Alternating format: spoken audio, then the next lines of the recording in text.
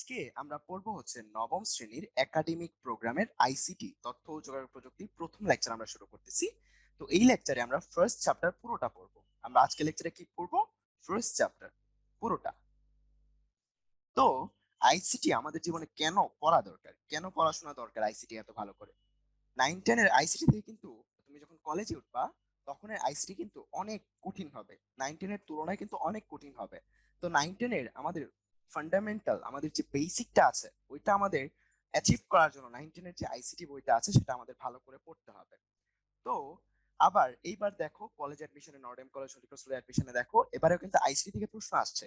তো আইসিটি আমরা physics chemistry math পড়তে গিয়ে যে আইসিটির মধ্যে টাইম দেব না এমনটা কিন্তু না, সমান গুরুত্ব দিয়ে কিন্তু আমাদের আইসিটিটা পড়তে হবে। ঠিক আছে? তো এর থেকে আমরা শুরু করব হচ্ছে আইসিটির প্রথম অধ্যায়। তোমাদের যে আইসিটি বইটা আছে এর প্রথম অধ্যায়। তো তোমরা অনেকেই হয়তো বই পাও নাই। তো এই বই না পাওয়ার কারণে অনেকে হয়তো এখন প্রশ্ন করতে যে ভাই বই পাই নাই কিভাবে পড়বো। তো আজকের লেকচারটা তোমরা কন্টিনিউ করো। তারপর তোমাদের এই লেকচারে যে স্লাইডটা আছে ওই স্লাইডটা তো তোমরা পাবাই। তার সাথে তোমাদের বই যদি কলেজ স্কুল থেকে না দেয় তাহলেও কিন্তু তোমরা অনলাইন থেকে বই কিন্তু ডাউনলোড করতে পারো, কারণ এই বইগুলো কিন্তু অনলাইনে অ্যাভেলেবল। ঠিক আছে? ওকে, তো এই যে অনলাইন থেকে যে আমরা বই ডাউনলোড করতেছি এটা কিসের কারণে পারতেছি? এটা আসলে তথ্য ও যোগাযোগ প্রযুক্তির কারণে পারতেছি, আইসিটির কল্যাণে আমরা পারতেছি। আচ্ছা, তো মেইনলি আমরা এই চ্যাপ্টারে আমরা যে বোঝার মতো জিনিস কিন্তু কম, ইনফরমেশনের মতো জিনিস অনেক বেশি। যে তথ্য ও যোগাযোগ প্রযুক্তি কি জিনিস এই জিনিসটা কিন্তু এই চ্যাপ্টারে খুব বেশি। আচ্ছা, তো আমরা একটু ফার্স্টে দেখি, এখানে বলছে যে তথ্য ও যোগাযোগ প্রযুক্তি এবং আমাদের বাংলাদেশ। এখানে আমরা কয়েকটা পিকচার দেখতে পাচ্ছি যে কি কি উন্নতি শুরু হয়েছে তথ্য ও যোগাযোগ প্রযুক্তির কারণে। দেখো আগের দিনে কি ছিল? আগের দিনে রেডিও ছিল, রেডিও ছিল। তারপর কি আসছে আমাদের? রেডিওর মাধ্যমে আমরা কি একজনের কাছ থেকে একজন মানুষ জাস্ট তার ইনফরমেশনটা আরেকজনের কাছে শেয়ার করতে পারতো। সে কিন্তু কোনো রিপিট করতে পারতো না, নিউজটা কি রিপিট করতে পারতো না। আমরা কি জানি রেডিও টেলিভিশন এগুলো কি একমুখী, আমাদের একমুখী ইনফরমেশন দেয়। তো ওই মানুষটা রিপিট করতে চাইলেও কিন্তু ওই নিউজটা রিপিট করতে পারতো না। তারপর আরেকটু আপডেট হয়েছে আমাদের জেনারেশনটা, আমরা আস্তে আস্তে টেলিফোন পাইছি। ওই টেলিফোন অনেকের ঘরে দেখতে পারবা যে অনেক পুরনো টেলিফোন আছে। এই টেলিফোনটা আসার পরে আমাদের কি হলো? ওই যে আমাদের যে আগে একটা বাধা ছিল যে আমরা বিপরীত ভাবে কমিউনিকেট করতে পারি না, ওই বাধাটা কিন্তু চলে গেছে। এখন কিন্তু এই টেলিফোন দিয়ে আমরা একজনের সাথে আরেকজন কথা বলতে পারি। তো তারপরে আরো আপডেট হইলো আমাদের জেনারেশন, আমরা পাইলাম স্মার্টফোন। তারপর এখন তো তোমরা গেমিং কম্পিউটার সবারই আছে প্রায়। এবং বর্তমানে বাংলাদেশের নিজস্ব স্যাটেলাইট কি এখানে আমরা পাঠাতে পেরেছি। তো এই চ্যাপ্টারে আমরা কি কি জিনিস পড়বো এর একটা ওভারভিউ তোমাদের যদি দিই। ফার্স্ট অফ অল আমরা পড়বো হচ্ছে তথ্য ও যোগাযোগ প্রযুক্তি কেন আমাদের লাইফে এতটা ইম্পর্টেন্ট প্রভাব ক্রিয়েট করতেছে, এবং এই তথ্য ও যোগাযোগ প্রযুক্তির যে বিকাশটা আছে কিভাবে শূন্য থেকে শুরু করে মানুষ তথ্য ও যোগাযোগ প্রযুক্তিতে এতটা আবির্ভাব করতে পারছে, আস্তে ডে বাই ডে এতটা ইমপ্রুভ করতে পারছে, এই ইতিহাসটা আমরা আজকে লেকচারে শিখবো। তো আমরা এখন দেখবো যে আমাদের দেশের এসপেক্টে তথ্য ও যোগাযোগ প্রযুক্তি কি কি জিনিস প্রভাব ফেলছে। তো তথ্য ও যোগাযোগ প্রযুক্তির কথা আমাদের মাথায় আসলেই দুইটা টার্ম আমাদের মাথায় আসে। একটা হচ্ছে গ্লোবালাইজেশন, একটা হচ্ছে ইন্টারন্যাশনালাইজেশন। তোমরা যখন বইটা তোমাদের ওপেন করবা দেখবে যে ফার্স্ট পেজেই এই দুইটা ওয়ার্ড কিন্তু লেখা আছে। একটা হচ্ছে গ্লোবালাইজেশন, আর একটা হচ্ছে ইন্টারন্যাশনালাইজেশন, আর একটা হচ্ছে গ্লোবাল ভিলেজ। এই জিনিসগুলো আমরা বুঝতে পারি না। দেখো খুব ইজিলি এক্সপ্লেন করতেছি। মনে করো যে আগে, মনে করো তুমি থাকো হচ্ছে ঢাকা, এবং তোমার যে ফ্যামিলি আছে, তোমার ফ্যামিলি মনে করো যে আছে হচ্ছে চিটাগাং। তো মনে করো তুমি ঢাকা একটা ভালো কলেজে চান্স পাইলা। ওই নিউজটা, মনে করো যে তোমার কাছে কোনো গাড়ি কিছুই নেই, কমিউনিকেট করার মতো কিছুই নেই, কোনো যন্ত্রপাতি নেই। তো তোমাকে যদি তোমার বাসায় যদি খবর পাঠাতে হয় তোমার কি করতে হবে? প্রায় 8 থেকে 10 দিন পায়ে হেঁটে চিটাগাং গিয়ে তোমার কি খবরটা পাঠাতে হবে, রাইট? দ্যাট মিনস ঢাকা আর চিটাগাং এর মধ্যে কি সময়ের যে ডিলেটা হচ্ছে সেটা কত? প্রায় 8 দিন। কিন্তু বর্তমানে কি হচ্ছে, তুমি কিন্তু প্রায় সেকেন্ডের মধ্যেই চিটাগাং কিন্তু খবর পাঠাতে পারছো, জাস্ট একটা মেসেজ বা একটা ফোন কলের মাধ্যমেই তুমি চিটাগাং এর সাথে খবর পাঠাতে যাচ্ছ, খবর পাঠাতে পারতেছো। এটা কি রকম, কিসের সাথে আমরা তুলনা করতে পারি? মনে করো যে তোমার ঘর এখানে আছে, এটা তোমার ঘর, এবং এটা হচ্ছে তোমার যে প্রতিবেশী আছে ওই প্রতিবেশীর ঘর। তোমরা একই ভিলেজে আছো, রাইট? আমরা কি বলতে পারি যে তোমরা একই ভিলেজে আছো। তুমি যখন তোমার ঘর থেকে তোমার প্রতিবেশীকে ডাক দিবা, সে কি তোমার কথা শুনতে পাবে? অবশ্যই। দ্যাট মিনস ভিলেজে থাকার সুবিধাটা কি, আমরা যখনই রেসপন্স করি আমাদের পার্শ্ববর্তী যে মানুষগুলো আছে তারা কি আমাদের কথা শুনতে পারে। এখন গ্লোবাল ভিলেজ এই টার্মটা কি জিনিস? এখন প্রযুক্তির কল্যাণে আমরা ঘরে বসে যদি আমেরিকাতে কেউ থাকে তার সাথে যোগাযোগ করতে চাই, আমি যদি জাস্ট একটা টেক্সট দেই বা একটা কল দেই তাহলেই কিন্তু তার সাথে আমরা কমিউনিকেট করতে পারতেছি। দেখো যে আমরা ভিলেজে থাকার মানে পার্শ্ববর্তী যে ঘরটা আছে তার সাথে কমিউনিকেট করতে পারতেছি। এই জিনিসটাকে আমরা ভিলেজের সাথে তুলনা করতে পারি না, যে আমরা ঘরে বসেই মনে করো ফরেন একটা কান্ট্রি আছে, ওই কান্ট্রিতে আরেকজন আছে, তার সাথে আমরা যোগাযোগ করতে পারতেছি। দ্যাট মিনস আমাদের পুরো পৃথিবীটাকে এখন একটা ভিলেজের মতো হয়ে গেছে, রাইট? পুরো পৃথিবীটাকে আমরা একটা ভিলেজের সাথে তুলনা করতে পারি। এই টার্মটাকে বলা হয় হচ্ছে গ্লোবাল ভিলেজ। ওকে, তো আমরা পড়ালেখায় আগাই, তারপর আবার সবার নাম পড়বো, কোনো সমস্যা নেই। এখন আরো দুইটা টার্ম আছে, একটা হচ্ছে গ্লোবালাইজেশন আর একটা হচ্ছে ইন্টারন্যাশনালাইজেশন। তো গ্লোবাল বলতে আমরা কি বুঝি? গ্লোবাল বলতে এমন একটা টার্মকে আমরা বুঝি যেটা কি পুরো বিশ্বটাকে বোঝায় না। গ্লোবাল বলতে আমরা এমন একটা টার্মকে বুঝি যেটা কি পুরো পৃথিবী বা বিশ্বটাকে বোঝায়। গ্লোবালাইজেশন মানে হচ্ছে যে আমার মনে করো আমার একটা কোম্পানি আছে, আমার একটা কোম্পানি আছে, ঠিক আছে? এই কোম্পানিটাকে আমি পুরো পৃথিবীতে, আমার প্রোডাক্ট গুলোকে পুরো পৃথিবীতে আমি এক্সপোর্ট করব। ঠিক আছে, বিভিন্ন দেশ, মনে করো আমেরিকা, ইংল্যান্ড, ইন্ডিয়া, চায়না, বিভিন্ন দেশে কি আমি এক্সপোর্ট করব। দ্যাট মিন্স আমার কোম্পানিটাকে কি আমি কি করতেছি, গ্লোবালাইজ করতেছি, আমার কোম্পানিটাকে আমি ইন্টারন্যাশনাল লেভেলে নিয়ে যাচ্ছি, রাইট? এই টার্মটাকে বলা হচ্ছে গ্লোবালাইজেশন। গ্লোবালাইজেশন, এটার সংজ্ঞা তোমাদের লাগবে না। কেন সংজ্ঞাগুলো তোমাদের আইসিটির মধ্যে দরকার নাই? কারণ আমাদের যে পরীক্ষাগুলো হবে, আমাদের যে পরীক্ষাগুলো হবে, ওই পরীক্ষাগুলো কি আমাদের আইসিটির মধ্যে কি আসে, এমসিকিউ আসে না? 50টা এমসিকিউ আসে বা 25টা এমসিকিউ আসে, এরকম এমসিকিউ আসে। তো আমরা জিনিসগুলো বুঝার জন্য বুঝবো, কিন্তু এক্সাক্ট সংজ্ঞাগুলো আমাদের দরকার নেই। কারণ হচ্ছে আমাদের পরীক্ষা কিন্তু আসতেছে না, আর আমরা তো পরীক্ষার জন্য পড়তেছি না। আমরা একটা জিনিস পড়ি মানে হচ্ছে যে আমরা ওই জিনিসটা যেন বুঝতে পারি। ঠিক আছে, দ্যাট মিন্স আমরা বুঝতে পারলাম, দ্যাট ইজ হয়ে গেল। ওকে, ইরফান বলছে ভাই এটা আরেকবার বোঝান। আচ্ছা ঠিক আছে, বোঝাচ্ছি। ওকে, দেখো, আমার মনে করো একটা কোম্পানি আছে এবং আমি আমার কোম্পানিটাকে ইন্টারন্যাশনাল লেভেলে নিয়ে যেতে চাই। মনে করো আগে আমার কোম্পানি ছিল যেটা শুধু বাংলাদেশেই পণ্য এক্সপোর্ট করতো, কিন্তু এখন আমি চাচ্ছি যে এটা যেন পুরো পৃথিবীতেই পণ্য এক্সপোর্ট করে। এই যে আমি পণ্য, আমার যে প্রোডাক্ট গুলো আছে এগুলো এক্সপোর্ট করতে চাচ্ছি পুরো পৃথিবীতে, এই জিনিসটাকে বলা হচ্ছে আমি আমার কোম্পানিটাকে গ্লোবালাইজ করতে চাচ্ছি, বা এই জিনিসটাকে সংক্ষেপে বলা হচ্ছে গ্লোবালাইজেশন। আশা করি এখন ক্লিয়ার। আচ্ছা, তো এই গ্লোবালাইজেশন করার জন্য আমাদের যেই যেই টার্ম গুলো আমাদের কোম্পানি দিকে ফলো করতে হবে, মনে করো যে ইন্টারন্যাশনাল ভাবে প্রোডাক্টটার কতটুকু ইয়া আছে, চাহিদা আছে, এই জিনিস ফ্যাক্টর গুলো কি মাথায় রেখে আমাদের প্রোডাক্টটা ডিজাইন করতে হবে, রাইট? এই টার্ম গুলো মাথায় রেখে আমাদের যে প্রোডাক্ট গুলো আছে এগুলো ডিজাইন করতে হবে। এই যে ডিজাইন আমরা করতেছি, আমাদের প্রোডাক্ট যে ম্যানুফ্যাকচার করতেছি, এই জিনিসটাকে বলা হচ্ছে ইন্টারন্যাশনালাইজেশন। দ্যাট মিন্স আমরা আমরা আমাদের কোম্পানিটাকে ইন্টারন্যাশনাল লেভেলে নিয়ে যাওয়ার জন্য আমাদের প্রোডাক্টটাকে ওইভাবে ডিজাইন করতেছি। আর এই ডিজাইন করার যে প্রক্রিয়াটা, এটাকে বলা হয় ইন্টারন্যাশনালাইজেশন। দ্যাট মিন্স আমরা গ্লোবালাইজেশন, একটা প্রোডাক্টকে আমরা গ্লোবাল পর্যায়ে নিয়ে যাওয়ার জন্য আমরা আমাদের ইন্টারনাল কোম্পানিতে যে কাজগুলো করি এগুলোকে সংক্ষেপে বলা হয় ইন্টারন্যাশনালাইজ। তো আমি আবার একটু সাম আপ করি যে এই পেজে আমরা কি পড়লাম। ফার্স্ট অফ অল আমরা গ্লোবাল ভিলেজ পড়লাম। গ্লোবাল ভিলেজ কি জিনিস? আমরা ভিলেজে একজন আরেকজনের সাথে যোগাযোগ করতে পারি, এবং প্রযুক্তির কল্যাণে এখন পৃথিবীর এক সাইড থেকে আরেক সাইড পর্যন্ত কি আমরা যোগাযোগ করতে পারি। এই যে দেখো, পৃথিবীর এক সাইড এবং আরেক সাইড সবটাই কি আমাদের একটা ভিলেজের মতো হয়ে গেছে না? এই টার্মটাকে বলা হচ্ছে গ্লোবাল ভিলেজ। আর গ্লোবালাইজেশন মানে কি? আমার একটা কোম্পানি আছে, মনে করো আমি এই কোম্পানিটাকে ইন্টারন্যাশনাল লেভেলে এক্সপোর্ট করতে চাই, আমার পণ্যগুলোকে ইন্টারন্যাশনাল লেভেলে এক্সপোর্ট করতে চাই। এক্ষেত্রে আমি যে এক্সপোর্ট করতেছি এই জিনিসটাকে বলা হয় গ্লোবালাইজেশন। এই জিনিসটাকে কি বলা হয়? গ্লোবালাইজেশন। আর আমি এক্সপোর্ট করার জন্য আমার প্রোডাক্টে যেই যেই পরিবর্তনগুলো আনতে হবে, আমার প্রোডাক্টের মধ্যে যেই যেই চেঞ্জ গুলো আনতে হবে, চেঞ্জ, আমার প্রোডাক্টটাকে চেঞ্জ করতে হবে। কারণ আগে তো আমাদের শুধু দেশের পাবলিক আমাদের এটা ইউজ করতো, কিন্তু আমেরিকার মানুষজন সেটাকে অন্যভাবে ইউজ করবে, রাইট? দ্যাট মিন্স আমার প্রোডাক্টটাকে চেঞ্জ করতে হচ্ছে। দ্যাট মিন্স আমার কোম্পানিটাকে আমি গ্লোবালাইজেশন করার জন্য, গ্লোবাল পর্যায়ে নিয়ে যাওয়ার জন্য আমার কোম্পানির ইন্টারনাল প্রোডাক্ট গুলোকে আমি চেঞ্জ করতেছি বা রিমডিফাই করতেছি। এই জিনিসটাকে বলা যাচ্ছে যে ইন্টারন্যাশনালাইজেশন। এগুলোর সংজ্ঞা কি আমাদের লাগবে? না, এগুলোর সংজ্ঞা আমাদের লাগবে না। এখন বলো সবার ক্লিয়ার কিনা? এখন আমরা কিছু জিনিস দেখি যে প্রাচীনকালে, আমরা জানি কি প্রাচীনকালে একজন বিজ্ঞানী ছিল আমাদের, যে গণনা করার যন্ত্র আবিষ্কার করছে। তোমরা কেউ চ্যাট বক্সে বলতে পারবা যে ওই বিজ্ঞানীটার নাম কি? ওই বিজ্ঞানীর নাম কি কেউ বলতে পারবা? যে কোন বিজ্ঞানী সর্বপ্রথম গণনা করার যন্ত্র আবিষ্কার করছে? তোমরা যন্ত্রটার নাম বলতেছো অ্যাবাকাস, কিন্তু ওই বিজ্ঞানীর নাম কি একটু বলো তো? Charles Babbage. হ্যাঁ, অনেকেই ঠিক আনসার দিচ্ছ। আরাফ, আরাফ ঠিক আনসার দিছো। আনিস ঠিক আনসার দিছো। রাজ, হ্যাঁ ঠিক আছে। দ্যাট মিন্স আমরা যে গণনাকারী যন্ত্রটা পাচ্ছি, এই যন্ত্রের নামটা কি আমাদের? এই যন্ত্রের নামটা হচ্ছে, দাঁড়াও নেক্সট স্লাইডে চলে গিয়েছে। এই যন্ত্রের নামটা আমাদের কি? এই যন্ত্রের নামটা হচ্ছে আমাদের এবাকাস। এই যন্ত্রের নামটা কি? এ বা কাস। এই যন্ত্রের নামটা এবাকাস। আর এই যন্ত্রটা কে আবিষ্কার করেছে? এই যন্ত্রটা আবিষ্কার করেছে হলো চার্লস চার্লস ব্যাবেজ। ঠিক আছে, চার্লস ব্যাবেজ এই যন্ত্রটা আবিষ্কার করেছে।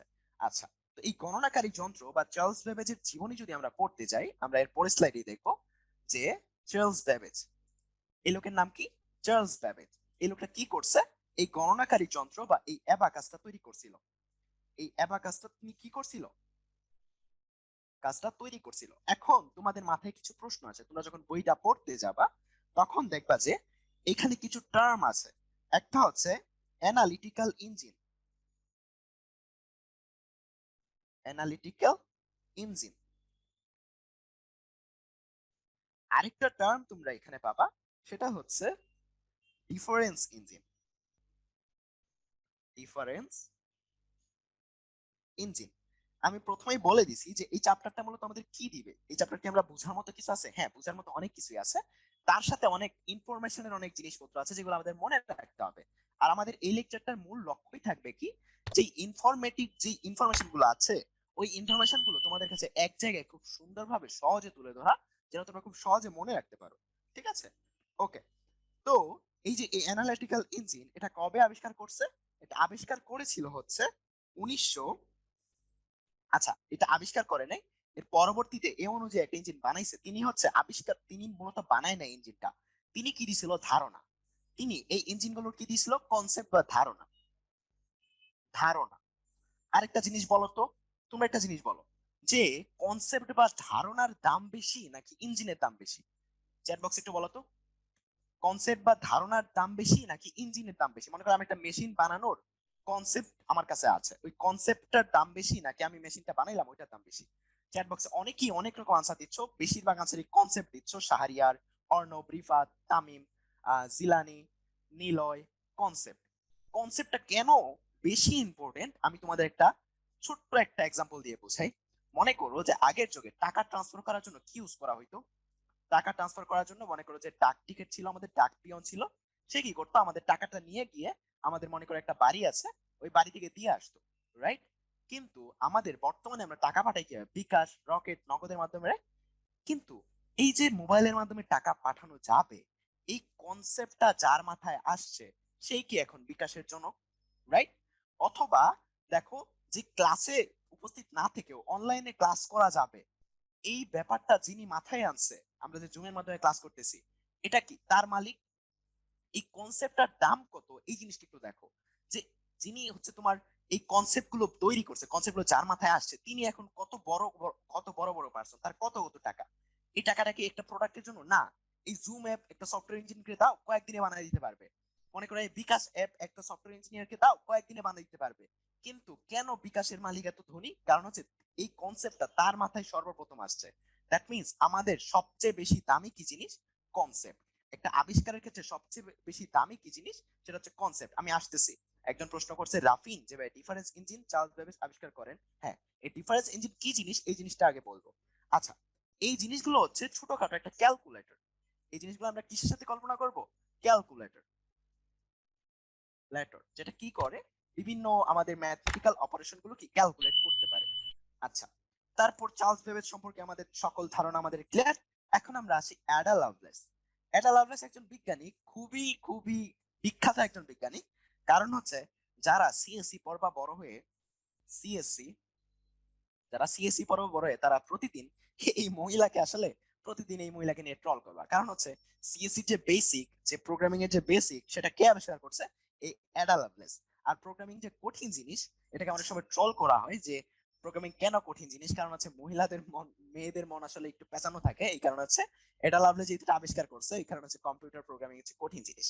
আচ্ছা, তো অ্যাডা লাভলেস আমাদের কি আবিষ্কার করছে? Computer programming, computer, computer programming.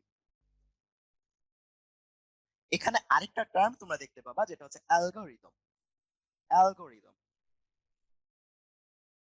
আচ্ছা, তো অ্যাডা লাভলেস কত সালে আবিষ্কার করছে এটা তো আমরা বই পড়লেই জানবো। এখানে একটা সাল দেয়া আছে যে 1842 সালে। ওইটা তোমরা একটু মনে রাখবা যে 1842 সালে যে তুরিন বিশ্ববিদ্যালয়ে একটি ইঞ্জিন সম্পর্কে বক্তৃতা দেন। ঠিক আছে, এই জিনিসগুলো আমরা যাবো না, কারণ এগুলো আমরা বই দেখলেই পারবো। আমরা আগে দেখি যে অ্যাডা লাভলেস জিনিস মানে উনার মাথায় এই কনসেপ্টটা কিভাবে আসলো, এই জিনিসটা আমাদের দরকার আছে। অ্যাডা লাভলেস কি করছিল, আমি এই কাহিনীটা একদম শিওর না যে এটা অ্যাকুরেট শিওর কিনা, তারপর আমি তোমাদের সাথে এক্সপ্লেন করতেছি, মানে তোমাদেরকে বোঝাচ্ছি। অ্যাডা লাভলেস একবার একটা বাজারে গরুর মাংস কিনতে গেছিল। তো গরুর মাংস কেনার সময় দেখলো যে কি হচ্ছে, যে একজন লোক কি করতেছে, সে হচ্ছে গরুর একটা বড় পিস আছে, সেখানে মনে করো হাড়ও আছে, সে কি করলো এটাকে ছোট ছোট পিসে রূপান্তর করতেছে একজন মানুষ। তারপর এই জিনিসটা আরেকজন মানুষের কাছে যাচ্ছে, সে হচ্ছে এখান থেকে মনে করো যে যেই পিসগুলো ভালো এগুলোকে একটা ব্যাগে রাখতেছে, এবং যেই পিসগুলো একটু খারাপ হাড় গোড় আছে ওই পিসগুলোকে আরেকটা ব্যাগে রাখতেছে। ভালো পিসগুলো আরেকটা লোক সে কি প্যাকেট করতেছে, এবং আরেকজন লোক কি সেটা একদম ক্রেতার কাছে বিক্রি করতেছে। দ্যাট মিনস দেখো তো আমাদের এই কাজটা কি হচ্ছে, একটা কাজ যে গরুর মাংস ক্রেতার কাছে পৌঁছাবে, কিন্তু এখানে কিন্তু কাজটা ধাপে ধাপে যাচ্ছে, রাইট? ধাপে ধাপে যাচ্ছে। তো অ্যাডা লাভলেস ওই সময় চিন্তা করলো যে কেমন হয় যদি আমরা এই কনসেপ্টটা কম্পিউটারের ক্ষেত্রে কাজে লাগাইতে পারি। সাপোজ তুমি ধরো যে তুমি দুটো সংখ্যার গড় নির্ণয় করতে যাচ্ছ কম্পিউটারের মাধ্যমে, দুই সংখ্যার গড়। তো এটা একবারে না করে আমরা ধাপে ধাপে কিভাবে করতে পারি, আমরা স্টেপ ওয়ানে কি করতে পারি, আমরা দুইটা সংখ্যা ইনপুট নিতে পারি, ইনপুট ইউজারের কাছ থেকে দুইটা সংখ্যা ইনপুট নিতে পারি। স্টেপ টু তে আমরা কি করতে পারি, ওই দুটো সংখ্যা যোগ করতে পারি, যোগ করতে পারি। স্টেপ থ্রি তে আমরা কি করতে পারি, স্টেপ থ্রি তে আমরা কি করতে পারি, ওই দুই দিয়ে ভাগ করতে পারি, এই যোগফলটাকে আমরা দুই দিয়ে ভাগ করতে পারি। স্টেপ ফোর এ যে আমাদের গড় মানটা আছে সেটাকে আমরা দিয়ে দিতে পারি। দ্যাট মিনস দেখো এই গরুর মাংসের মতোই আমরা ধাপে ধাপে কি আমাদের যে কমপ্লেক্স যে প্রোগ্রাম গুলো আছে সেগুলো কি সলভ করতে পারতেছি। আর প্রোগ্রাম মানেই হচ্ছে কম্পিউটারের মাধ্যমে কিছু একটা করিয়ে আনা। আর অ্যালগরিদম কি, অ্যালগরিদম হচ্ছে আমরা কোন ধাপে কোন কোন ধাপে জিনিসগুলো করব, কোন কোন ধাপে ধাপে জিনিসগুলো করব, এই জিনিসটা একটা ধারণা দেয়। ঠিক আছে, ওকে। তো অ্যাডা লাভলেস কিভাবে ওই ধারণাটা পাইছিল, একটা এই গরুর মাংসের এক্সাম্পলটা মনে রাখবা, এটা সত্যিও হতে পারে, তুমি একটা ইউটিউবে সার্চ করো যে অ্যাডা লাভলেস কিভাবে আবিষ্কার করছিল। ওকে, তো এই ব্যাপারগুলো ক্লিয়ার কিনা তোমাদের, চ্যাট বক্সে জানাও তো যে ভাই ক্লিয়ার। ইয়েস, যদি ক্লাসটা ভালো লাগে থাকে, মানে ভালো লাগতেছে এরকম যদি মনে হয়, একটা লাভ রিয়েক্ট দাও তো চ্যাট বক্সে সবাই।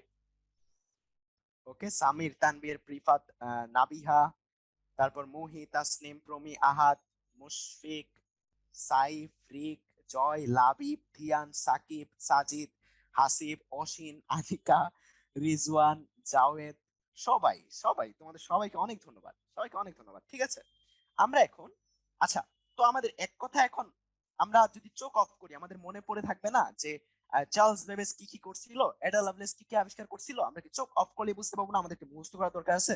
না, আমরা কিন্তু চোখ অফ করলে এখন বুঝতে পারছি এডা লাভলেস আমাদের কি করে। সে হচ্ছে প্রোগ্রামিং এর জনক, সে হচ্ছে অ্যালগরিদম জিনিসটাকে সে প্রথম আবির্ভাব করছে। অ্যালগরিদম মানে কি, যে কোনো একটা কাজ ধাপে ধাপে করিয়ে আনাকে অ্যালগরিদম বলে। আর চার্লস বেবেজ কি করছিল, সে অ্যানালিটিক্যাল ইঞ্জিন বা ডিফারেন্স ইঞ্জিন বানিয়েছিল, যেটা হচ্ছে ওয়ান কাইন্ড অফ ক্যালকুলেটর। ঠিক আছে, আমরা আর অনেক কিছু শিখবো। ওকে, ওই যে একটা ইনফরমেশন আমি দিয়ে দিছিলাম, এখানে একটা পোল কোয়েশ্চেন আছে, আমি একটু লঞ্চ করি, তোমরা একটু আনসার করো। যারা বইটা একবার পড়েছো তারা এটা পড়তে পারবা, আর না পারলে সমস্যা নেই, আমরা শিখবো এবং নেক্সট ক্লাসে আমরা আনসার করতে পারবো বা পরীক্ষা আনসার করতে পারবো। এখানে হচ্ছে যে লন্ডন জাদুঘরে যান্ত্রিকভাবে গণনা করতে সক্ষম এমন ইঞ্জিন কত সালে তৈরি হয়? আচ্ছা, অনেকেই ঠিক আনসার দিচ্ছে। আচ্ছা, যারা পারো না কোনো সমস্যা নেই, বইটা একবার পড়লেই পারবা। ওই যে আমি বলছিলাম না যে চার্লস ব্যাবেজ একটা কি, একটা গণনা করার যন্ত্রের একটা কি আবির্ভাব করছিল, মানে গণনা করার যন্ত্রের একটা কনসেপ্ট দাঁড় করাইছিল, রাইট? কনসেপ্ট দাঁড় করাইছিল গণনা করা যন্ত্রের। ওই কনসেপ্ট অনুযায়ী লন্ডন জাদুঘরে একটা মেশিন বানাইছিল। ওই কনসেপ্ট অনুযায়ী কিন্তু চার্লস বেবেজ কিছু বানাই নাই, জাস্ট কনসেপ্টটা দিয়ে দিছিল। হ্যাঁ, আর হচ্ছে ওই কনসেপ্ট অনুযায়ী লন্ডন জাদুঘরে একটা ইঞ্জিন তৈরি করছিল হচ্ছে 1991 সালে। এটা তোমরা বই পড়লেই পাবা, ইনফরমেশনটা মনে রাখতে পারো। আমি স্ক্রিনটা শেয়ার দিচ্ছি পোলার রেজাল্টটা। ওকে, ঠিক আছে, কোনো সমস্যা নেই, এটা না পারলেও সমস্যা নেই, যেহেতু আমাদের আইসিটির ফার্স্ট ক্লাস, এই ক্লাস পরে আমরা আইসিটি অনেক কিছু শিখতে পারবো। ওকে, দ্যাট মিনস 1991 এ আমাদের এই লন্ডন জাদুঘরে আমাদের এই চার্লস ব্যাবেজের যে আইডিয়া আছে ওই আইডিয়া অনুযায়ী একটা ইঞ্জিন তৈরি করা হয়েছিল। আচ্ছা, একজন বলছে যে ভাইয়া আমার বড় ভাই সিএসসি তে পড়ে। ঠিক আছে, তোমার বড় ভাইয়ের জিজ্ঞেস করে যে সিএসসি কেমন প্যারা। ওকে, তুলিন ওকে বলছে।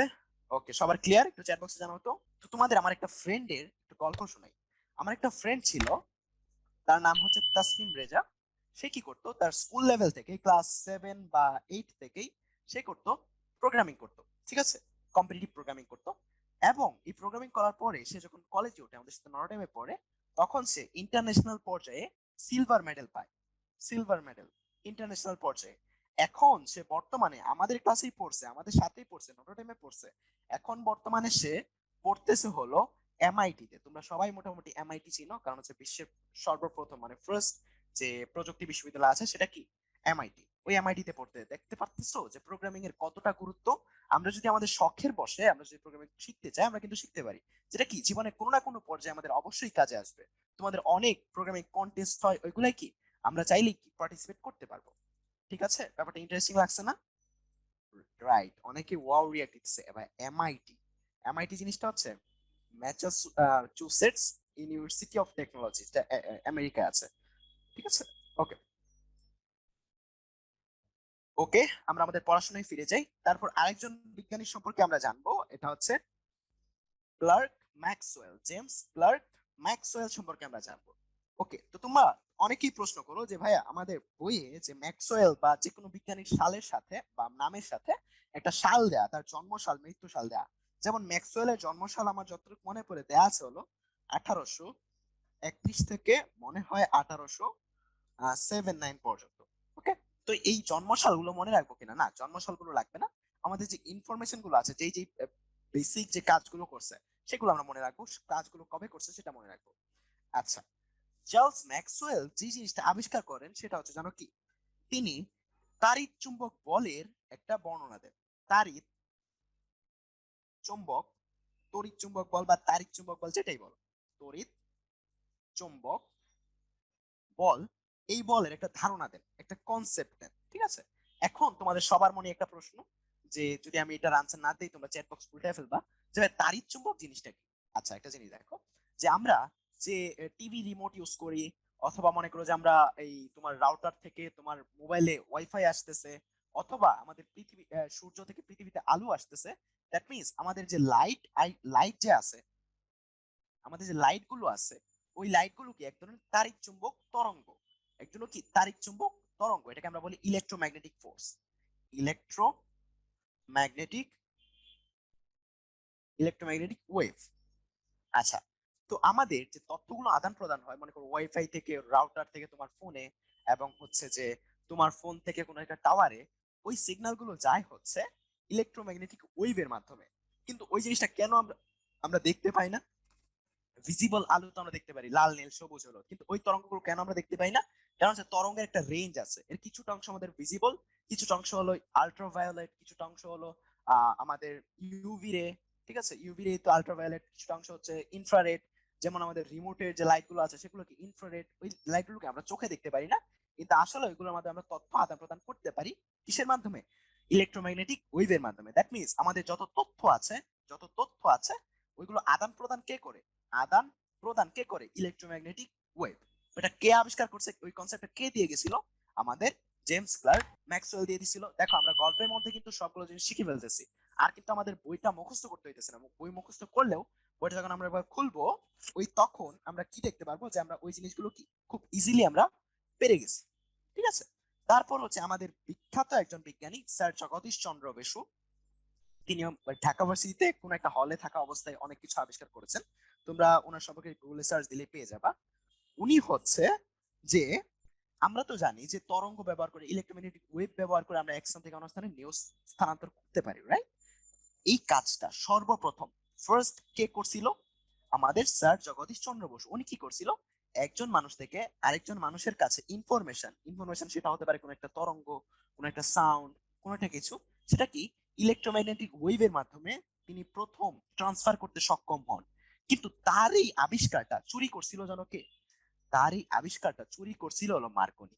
সে কি করছিল? এই যে এই আইডিয়াটা চুরি করে, সে এই আইডিয়াটা বা এই জগদীশ স্যারের যে কনসেপ্টটা আছে এটা চুরি করে এটাকে আরেকটু বাস্তবায়ন করে ফেলছে।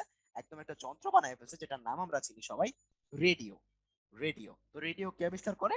মার্কনি আবিষ্কার করে। তো রেডিও কিভাবে কাজ করে? এই যে তাড়িৎ চুম্বক তরঙ্গের মাধ্যমে, ইলেকট্রোম্যাগনেটিক ওয়েভের মাধ্যমে, দেখো এক স্থান থেকে অন্য স্থানে তথ্য আদান প্রদান করে। দেখো ক্লাসটা কিভাবে ইন্টারেস্টিং মনে হইতেছে। কেন ইন্টারেস্টিং লাগতেছে? কারণ হচ্ছে আমাদের জেমস ক্লার্ক ম্যাক্সওয়েল সে তাড়িৎ চুম্বক বল বা তাড়িৎ ইলেকট্রোম্যাগনেটিক ওয়েভটাকে বানিয়ে দিয়েছে বা আবিষ্কার করছে। স্যার জগদীশ চন্দ্র বসু ওই জিনিসটাকে ইউজ করে এক স্থান থেকে অন্য স্থানে ইনফরমেশন পাঠাইছে, এবং রেডিও মার্কনি সেই জিনিসটাকে ইউজ করে রেডিও বানিয়ে ফেলছে।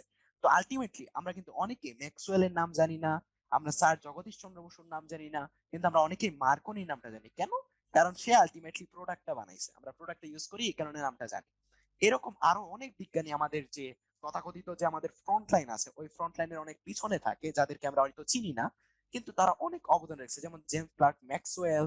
তারপর হচ্ছে আমাদের আরেকজন বিজ্ঞানী আছে টেসলা, তিনি অনেক কিছু আবিষ্কার করছে, তার অনেক থিওরি দিয়ে আমরা এখন চলতেছি, কিন্তু তারকে সেই রকম আমাদের আমরা চিনি না। কারণ কি? তিনি অ্যাকচুয়াল প্রোডাক্টটা তৈরি করে নাই। তারপর আমাদের আরেকজন বিজ্ঞানী আছে, যেটা হচ্ছে আধুনিক কালের বিজ্ঞানীর মতো, তিনি হচ্ছে রেমন্ড স্যামুয়েল টমলিসন। আচ্ছা, তো রেমন্ড স্যামুয়েল টমলিসন ইনি কি করছে? ইনি ইন্টারনেট আবিষ্কার করছে। তো উনি তো তখন ইন্টারনেট বলে নাই, উনি তখন এটার নাম দিয়েছিল হলো আরপানেট। আরপানেট, এই জিনিসটা ভাই খুবই খুবই ইম্পর্টেন্ট, যে আরপানেট কে আবিষ্কার করছিল? এটা আবিষ্কার করছিল হচ্ছে আমাদের রেমন্ড স্যামুয়েল টমলিসন। ঠিক আছে? তো এখন আমাদের একটা জিনিস বুঝতে হবে যে ইন্টারনেট বা আরপানেট এই জিনিসটা কি মূলত। তো উনার যে কনসেপ্টটা ছিল, যে মনে করো আমার একটা কম্পিউটার আছে, আমার কম্পিউটারে মনে করো কিছু গান আছে, তোমার কম্পিউটার আছে, তোমার কম্পিউটারে মনে করো কিছু গান আছে, আরেকজনের কম্পিউটার আছে, ওর কম্পিউটারে কিছু ইনফরমেশন আছে, আরেকজনের কম্পিউটার আছে, ওর কম্পিউটারে কিছু ইনফরমেশন আছে। তো আমরা যদি সবার ইনফরমেশন গুলো একসাথে একটা নেটের মাধ্যমে, মনে করো যে একটা জালের মাধ্যমে সবার কম্পিউটার গুলো যদি যুক্ত করতে পারি, আমরা আলটিমেটলি একজন মানুষ কি সবগুলো তথ্যই কি আমরা ইউজ করতে পারবো না? এই কনসেপ্টটা নিয়ে আসলো হচ্ছে স্যামুয়েল টমলিসন। এখন তোমাদের মনে আরেকটা প্রশ্ন আসে, যে ভাইয়া আমি তো বাসায় ইন্টারনেট ইউজ করতেছি আমার কম্পিউটার দিয়ে, আপনি তো আপনার কম্পিউটার দিয়ে ইউজ করতেছেন, আপনি বলছেন যে আপনার কম্পিউটার আর আমার কম্পিউটার একসাথে যুক্ত একটা ইন্টারনেটের মাধ্যমে, তাহলে আমি কেন আপনার কম্পিউটারে থাকা জিনিসপত্র দেখতে পারতেছি না? এরকম প্রশ্ন কার কার মাথায় আসছে? ওকে। এই যে, জানো এরকম প্রশ্নগুলো আসলে খুবই ইন্টারেস্টিং। সবসময় একটা জিনিস যখন পড়বা, ওই জিনিসটার ওই কনসেপ্ট থেকে কি কি প্রশ্ন হতে পারে ওই জিনিসটা নিজের মাথার মতো আসবা। ঠিক আছে? ওই তখনই কিন্তু আমরা ওই প্রশ্নের আনসার গুলো যখন আমরা পাবো, তখনই কিন্তু আমরা খুব সহজেই কিন্তু সেগুলো একদম আমরা পেয়ে যাবো। আচ্ছা, তো এই জায়গায় আমরা যে কম্পিউটার গুলো বলছি না, এগুলো আসলে অ্যাকচুয়াল কম্পিউটার না, এগুলোকে বলা হয় সার্ভার কম্পিউটার। Server computer. এটা কি কম্পিউটার? Server computer. মনে করো যে আমরা ইউটিউব ইউজ করি, রাইট? তো ইউটিউবের ভিডিও গুলো কি কারো কম্পিউটারে আছে? না, এগুলো ইউটিউবের যে সার্ভার আছে, ওই সার্ভারে জমা আছে। ইউটিউবের সার্ভার কি একটা? না, ইউটিউবের সার্ভার আছে কি অনেকগুলা। আমরা যখন মনে করো বাসা থেকে কোনো একটা মোবাইল ইউজ করতেছি, একটা ইউটিউব থেকে কোনো গান দেখার চেষ্টা করতেছি, ওই রিকোয়েস্টটা প্রথমে যাই হচ্ছে আমাদের টাওয়ারে। ইন্টারনেট কিভাবে কাজ করে এই জিনিসটা একটু এক্সপ্লেন করতেছি। ওটা যাই টাওয়ারে, টাওয়ার থেকে অপটিক্যাল লাইন দিয়ে যাই হচ্ছে বাংলাদেশের মেইন সার্ভারে। বাংলাদেশের দুইটা মেইন সার্ভার আছে। মাঝে মধ্যে দেখতে পারবা যে যখন বলে যে বাংলাদেশের মেইন সার্ভার একটু সমস্যা, এই কারণে ইন্টারনেটের গতি 3-4 দিন স্লো থাকবে। এই জিনিসটা দিয়ে কতদিন পরে পরই দেখতে পারবা যে আমাদের ইয়াতে পটুয়াখালী না কোন জায়গায় আমাদের একটা সার্ভার কম্পিউটার আছে, ওই সার্ভার কম্পিউটার ক্র্যাশ করার কারণে আমাদের মাঝে মধ্যে ইন্টারনেটের গতি সারা দেশে স্লো থাকে, 1-2 দিনের জন্য স্লো থাকে। এর কারণ হচ্ছে আমরা দেশে, আমাদের দেশে যত কম্পিউটার আছে সবগুলো আমরা যোগাযোগ করি আমাদের বাংলাদেশের সার্ভার কম্পিউটারের সাথে। ঠিক আছে? সার্ভার কম্পিউটারের সাথে আমরা যোগাযোগ করি। এই সার্ভার কম্পিউটার কি করে? এটা সমুদ্রের তল দিয়ে অন্যান্য দেশের যে সার্ভার কম্পিউটার গুলো আছে না, তাদের সাথে যুক্ত থাকে। এখন মনে করো যে আমি ইউটিউব থেকে একটা ভিডিও দেখতে চাই, ইউটিউবের সার্ভার কম্পিউটার মনে করো যে আমি ধরে নিলাম ইন্ডিয়া। সে কি করে? ওই ইন্ডিয়া থেকে ভিডিওটা আসে বাংলাদেশের সার্ভার কম্পিউটারে, সেখান থেকে আমাদের টাওয়ারে বা ওয়াইফাই আমরা যেই প্রোভাইডার থেকে ইউজ করি তার কাছে, সেখান থেকে আমাদের কাছে আসে। আলটিমেটলি এইভাবে আমরা কিন্তু ভিডিওগুলো দেখতে পাই, ডিরেক্টলি অন্য কারো কম্পিউটার কিন্তু আমরা অ্যাক্সেস করতে পারি না। মূলত ইন্টারনেট মানে হচ্ছে সার্ভার কম্পিউটার গুলো একজন আরেকজনের সাথে যুক্ত। ঠিক আছে? ক্লিয়ার কিনা সবার? চ্যাট বক্সে বলো তো ইন্টারনেট কিভাবে কাজ করে, এই জিনিসগুলো বুঝছো? ক্লিয়ার এখন যে ইন্টারনেট কিভাবে কাজ করে? আরেকজনকে বুঝাইতে পারবা যে ইন্টারনেট, হাউ ইন্টারনেট ওয়ার্কস? ওকে। এখন তোমাদের আরেকটা প্রশ্ন মনে আসতে পারে যে তুমি বলো তো, যে আমরা তো ইন্টারনেট বুঝলাম যে একজন কম্পিউটার সাথে আরেকজনের কম্পিউটার কানেক্টেড, দ্যাট মিন্স আমরা ইউজ করতে পারতেছি সার্ভার কম্পিউটারটা। কিন্তু এখন তোমাদের মনে কি আরেকটা প্রশ্ন আসে, যে ভাই ইন্টারনেট আমরা ইউজ করতে পারতেছি কিন্তু কেন টাকা লাগতেছে? এরকম প্রশ্ন কার কার মধ্যে আসে? হ্যাঁ, সেটাই। আসলে ডাটাটা আমরা কিনতেছি হলো আমাদের বাংলাদেশের মেইন সার্ভার আছে না, ওই মেইন সার্ভারকে একটা নির্দিষ্ট একটা টাকা দিতে হয়। যে এই সমুদ্রের তলদেশে যে কেবল গুলো আছে, ওই কেবল গুলো ইউজ করার জন্য তাকে একটা টাকা দিতে হয়, যে টাকাটা এটার মেনটেনেন্সে যায়। আর আমাদের যে টাওয়ার গুলো আছে বা ওয়াইফাই প্রোভাইডার গুলো আছে, তারা বাংলাদেশের মেইন সার্ভারকে টাকা দেয়, এবং আমরা আমাদের টাওয়ার গুলো বা সিম কোম্পানি গুলো বা আমাদের ইন্টারনেট প্রোভাইডার গুলোকে টাকা দেয়। ক্লিয়ার? চ্যাট বক্সে বলো তো। আচ্ছা, ভিপিএন কি একজন জিজ্ঞেস করছো? ভিপিএন মিন্স আমরা অন্য একটা দেশের সার্ভার কম্পিউটারে কানেক্ট হলাম। দেখো আমরা সবাই কিন্তু মোটামুটি বাংলাদেশের সার্ভার কম্পিউটারে কানেক্টেড, যখনই আমরা অন্য দেশের কোনো একটা সার্ভারে কানেক্টেড হতে চাই তখন আমরা ভিপিএন ইউজ করি, যেটা আমাদের না জানলেও চলবে। ওকে, নিশাত ইউটিউব কিভাবে আয় করে সেটা অন্য জিনিস, অ্যাড এর মাধ্যমে আয় করে। ওকে, আমরা সামনে যাই। আচ্ছা, তো আমরা 7 নম্বর স্লাইডে ছিলাম, আমাদের স্লাইড হচ্ছে মোট 16টা। দেখো, আমরা ফার্স্ট অফ অল একটা কথা বলছিলাম যে দুনিয়ার সব থেকে দামি জিনিস কি? কনসেপ্ট। দুনিয়ার সব থেকে দামি জিনিস হচ্ছে কনসেপ্ট। তুমি একটা কনসেপ্ট দাঁড় করাইলা যেটা এই পর্যন্ত আবিষ্কার হয় নাই, ওই কনসেপ্টটা যেদিন তুমি বাস্তবায়ন করতে পারবা সেদিনই মনে করবে যে তুমি বড় লোক। কিভাবে? আমরা স্টিভ জবসের ক্ষেত্রে দেখি। স্টিভ জবস কি করছে? আগের দিনের কম্পিউটার গুলোকে অনেক বড় হইতো না? হ্যাঁ? আগের দিনের কম্পিউটার গুলোকে অনেক বড় বড় হইতো, মনে করো একটা রুম, দুইটা রুম, বড় বড় কম্পিউটার থাকতো। স্টিভ জবস কি করছে?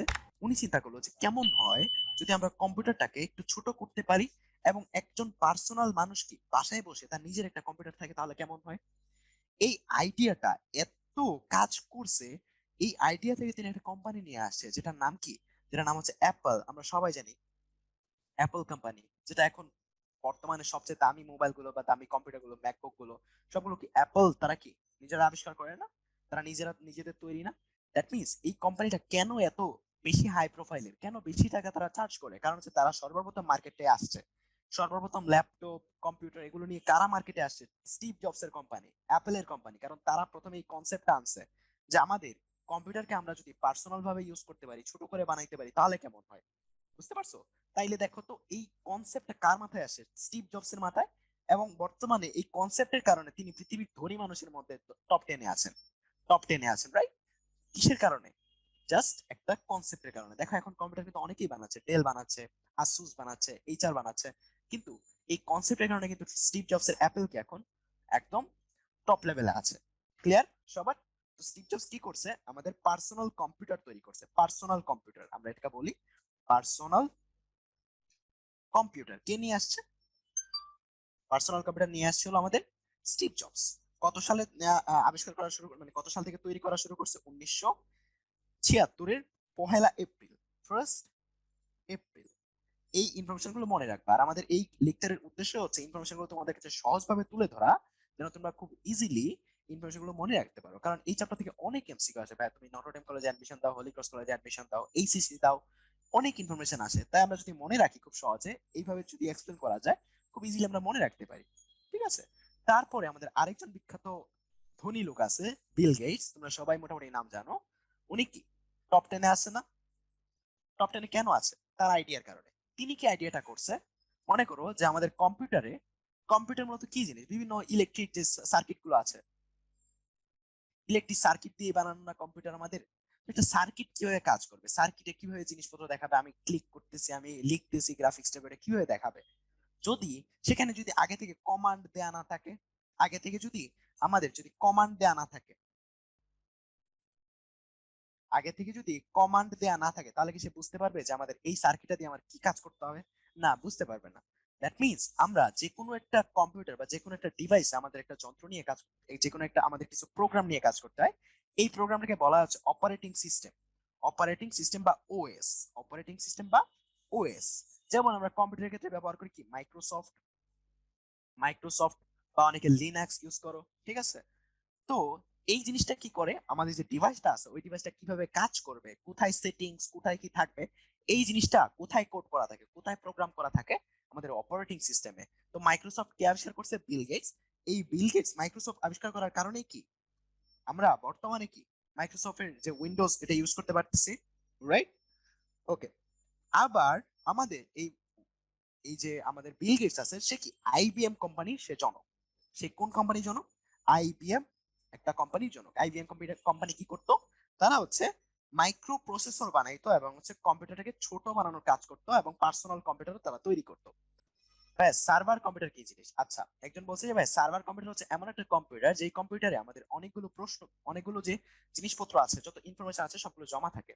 কমান্ড কি? কমান্ড হচ্ছে নির্দেশ। মনে করো যে তোমার একজন বাসায় একজন কাজের লোক আছে, তুমি তাকে নির্দেশ করতে হবে যে এই কাপড়টা ধুয়ে দেন, এটা বলা হয় কমান্ড। যখন আমরা কম্পিউটারকে দিয়ে কোনো একটা কিছু করাই, এই জিনিসটা বলা হয় কি?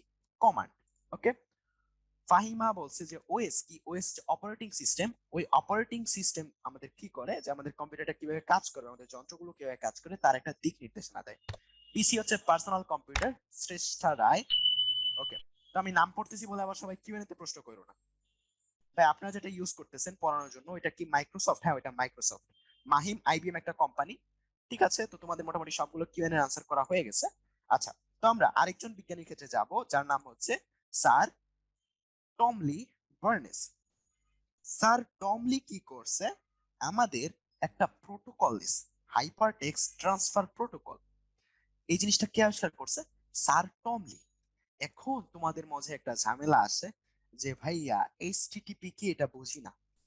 এইচটিটিপি কি, এটা বুঝি না। এটা আবিষ্কার করছে তো টমলি, বুঝলাম। এটার মানে হচ্ছে hyper text transfer protocol. Protocol. আচ্ছা ভাইয়া, এটুকু তো বইয়ে দেয়া আছে, বুঝলাম। তাহলে আপনি আমাদের কি পড়াবেন? হাইপারটেক্সট ট্রান্সফার প্রোটোকল এই জিনিসটা কি বোঝায় এটা আমাদের বোঝান, ঠিক আছে। তা আমাদের যে ওয়েবসাইট গুলো আমরা তৈরি করি, রাইট, ওই ওয়েবসাইট গুলো আমাদের কিভাবে তৈরি করতে হয় জানো? আমাদের একটা ল্যাঙ্গুয়েজ ইউজ করতে হয় যেটা নাম হচ্ছে এইচটিএমএল, যেটার নাম কি? Hyper hyper text markup language. Language দেখো, আমরা যে ওয়েবসাইট গুলো তৈরি করি সেগুলো কি দিয়ে তৈরি? Hyper text markup language. That means একটা ল্যাঙ্গুয়েজ দিয়ে তৈরি যেটা নাম কি? এইচটিএমএল। দ্যাট মিন্স আমাদের যত ওয়েবসাইট গুলো আছে সেগুলো কি ফরম্যাটে আছে? এইচটিএমএল ফরম্যাটে আমাদের ওয়েবসাইট গুলো আছে। সবগুলো ওয়েবসাইট আমাদের এইচটিএমএল ফরম্যাটে আছে, ঠিক আছে। ওকে, তো আমি ক্যামেরাটা অন করে তোমাদের কিছু কথা বলি যে আসলে এইচটিটিপি এই জিনিসটা কিভাবে কাজ করে। আমার ল্যাপটপের ক্যামেরাটা বেশি ভালো না, তারপরে আমি তোমাদের এই ব্যাপারটা একটু বুঝাই। মনে করো, 1 মিনিট। আচ্ছা, মনে করো যে আমার কাছে কি আছে? এইচটিএমএল আছে। এইচটিএমএল দিয়ে আমার কাছে একটা ওয়েবসাইট আছে। আমি কি করতে চাই? এই ওয়েবসাইটকে পাবলিশ করতে চাই, যেন পুরো পৃথিবীর যে কোনো জায়গায় যে কোনো মানুষ কি আমার এই ওয়েবসাইটটা দেখতে পারে। তো পাবলিশ করার জন্য আমাকে একটা প্রোটোকল ইউজ করতে হয়, যে প্রোটোকলটা ইউজ করে আমি আমার ওয়েবসাইটটাকে সবার কাছে দেখাবো। মনে করো প্রোটোকল মিন্স হচ্ছে কিছু নির্দেশনা, কিছু গাইডলাইন, যেটা আমাদের অবশ্যই মেনটেন করতে হয়। We have we must follow this, ঠিক আছে।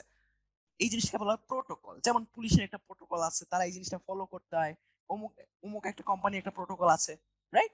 দ্যাট মিন্স আমরা একটা প্রোটোকল হচ্ছে এমন একটা নির্দেশ যেটা আমাদের অবশ্যই ফলো করতে হয় আমাদের এইচটিএমএল যে ওয়েবসাইট গুলো আছে এগুলোকে অন্যদের কাছে পাঠানোর জন্য, আরেকজনকে দেখানোর জন্য, ঠিক আছে।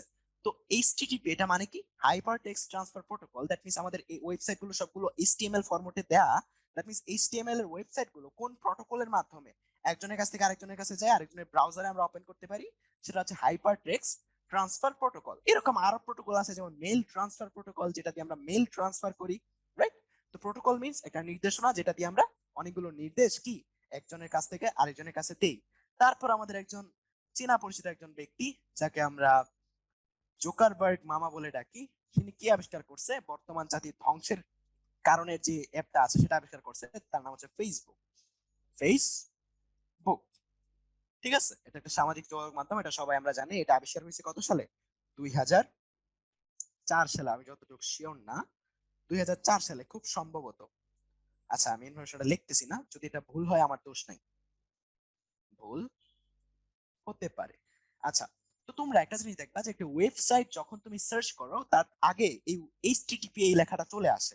দ্যাট মিন্স আমাদের এই ওয়েবসাইটটা কিসের মাধ্যমে আমাদের কাছে আসতেছে? হাইপার টেক্সট ট্রান্সফার প্রোটোকল এই জিনিসটা ফলো করে আমাদের কাছে আসতেছে। ক্লিয়ার? এখন আমাদের আরেকটা জিনিস আছে, সেটা হচ্ছে ডাব্লিউ জনক। ডাব্লিউ আর হচ্ছে আমাদের এইচটিটিপির মধ্যে পার্থক্য। এই টিম বার্নার্স লি, তিনি কি ডাব্লিউ এর প্রবর্তন করছে, আবার এইচটিটিপিএস এটারও প্রবর্তন করছে। তো দুইটার মধ্যে পার্থক্য কি জিনিস?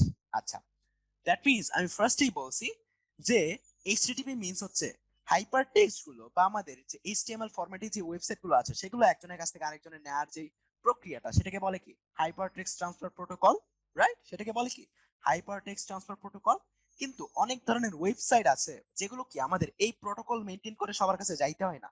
সেটা হচ্ছে পুরো ওয়েবে যারা যারা আছে যে কোনো ওয়েব ব্রাউজার থেকে কি আমরা সেটা অ্যাক্সেস পেতে পারি, সেটার কোনো প্রোটোকল নাই। এই জিনিসটাকে বলা হচ্ছে ওয়েব। ওই ওয়েবসাইট গুলোর আগে আমরা লিখি ডাব্লিউ ডট। আর যেই ওয়েবসাইট গুলো আমাদের প্রোটোকল মেনটেন করে চলে তার আগে আমরা দেখতে পাই হচ্ছে এইচটিটিপি। এবং যেই ওয়েবসাইট গুলো আরেকটু সিকিউরড ওই ওয়েবসাইট গুলো আগে আমরা দেখতে পারি হচ্ছে এইচটিটিপিএস। এইচটিটিপিএস, ওই এস মিন্স হচ্ছে সিকিউরিটির জন্য। দ্যাট মিন্স ওইটা কি আমাদের আরো সিকিউর। তো তো আমরা বুঝতে পারলাম যে www কখন ইউজ করা হয়, যেটা হচ্ছে সবার জন্য উন্মুক্ত। আর যেই ওয়েবসাইট আমাদের একটা প্রোটোকল মেইনটেইন করে আমাদের কাছে আসে, সেটা হচ্ছে এইচটিটিপি মেইনটেইন করে আসে, এবং এইচটিটিপি এস এর মাধ্যমে আমরা ব্যাপারগুলো বুঝলাম। দ্যাট মিন সবগুলো কি এক একটা ওয়ে যেভাবে আমাদের ওয়েবসাইট গুলো আমাদের কাছে ফিরে আসে। এটুকু পর্যন্ত সবার ক্লিয়ার কিনা? চ্যাট বক্সে বলো তো ভাইয়া। একজন বলছে যে এমআইটি মানে কি? Massachusetts institute of technology. ঠিক আছে, ওকে, ডান।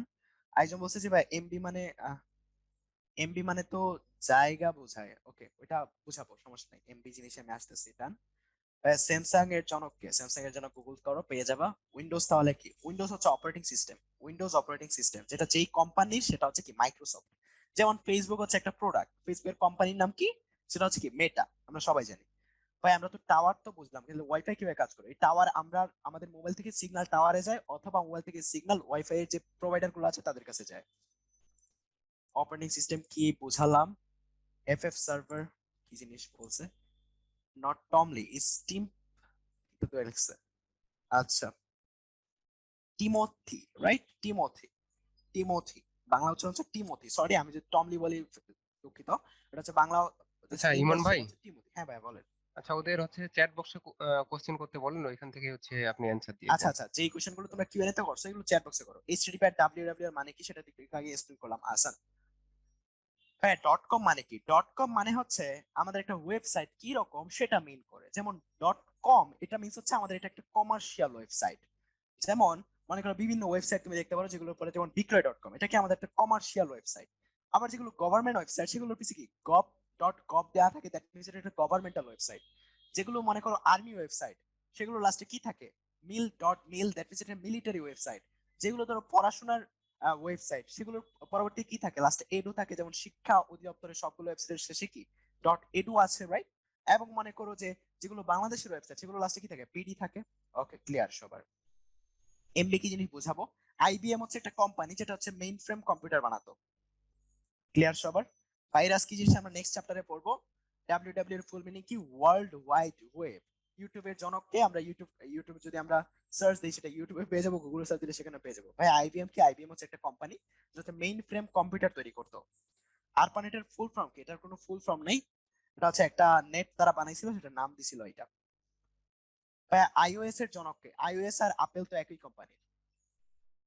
ভাই অনেক ওয়েবসাইটে তো এইচটিটিপি এর পরেও ডাব্লিউডাব্লিউ লেখা থাকে, সমস্যা নেই, একই জিনিস। ভিপিএন কি সেফ?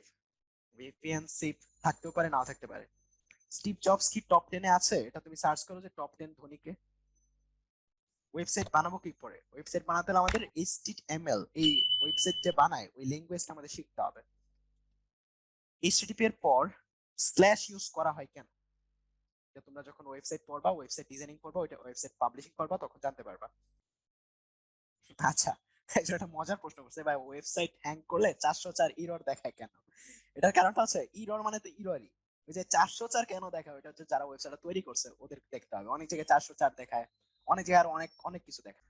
তো এই যে তোমরা স্ক্রিনে একটা জিনিস দেখতে পাচ্ছ যে অনেকগুলা লোক কি করতেছে, একটা জিনিসকে ধাক্কা দিয়ে একটা গাড়ির মধ্যে তুলতেছে। এই জিনিসটার নাম কি, কেউ বলতে পারবা? এই জিনিসটার নাম কি? কেউ বলো তো চ্যাট বক্সে, এই জিনিসটার নাম কি? একজন বলছে গাড়ি, আরেকজন বলছে র্যাম, আরেকটা হচ্ছে র্যাম কম্পিউটার, কম্পিউটারে অনেকে অনেক কথা বলতেছো।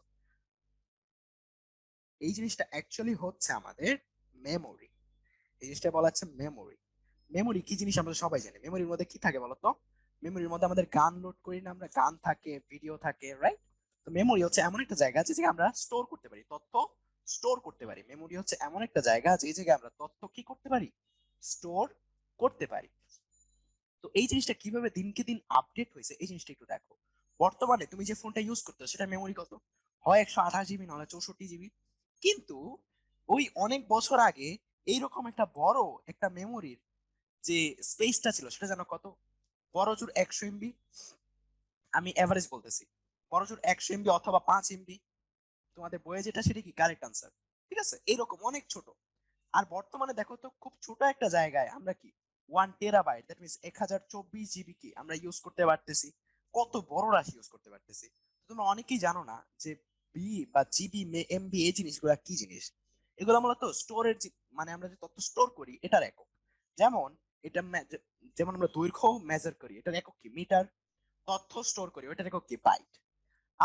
আমরা জানি যে 8 বাইটে, 8 বিটে 1 বাইট। তারপর আমরা এখানে কি লিখবো, হ্যাঁ 8 বিটে 1 বাইট।